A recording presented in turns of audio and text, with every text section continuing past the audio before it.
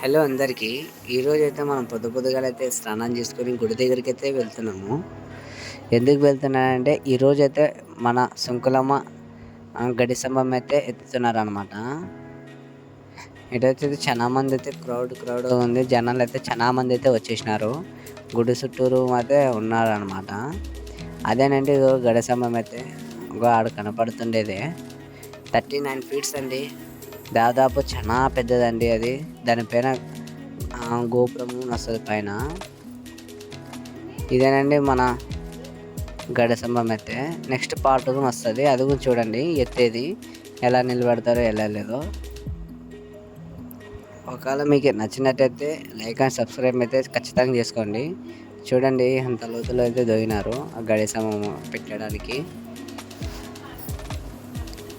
జనాలు అయితే దాంట్లో డబ్బులు వేస్తున్నారు అన్నమాట.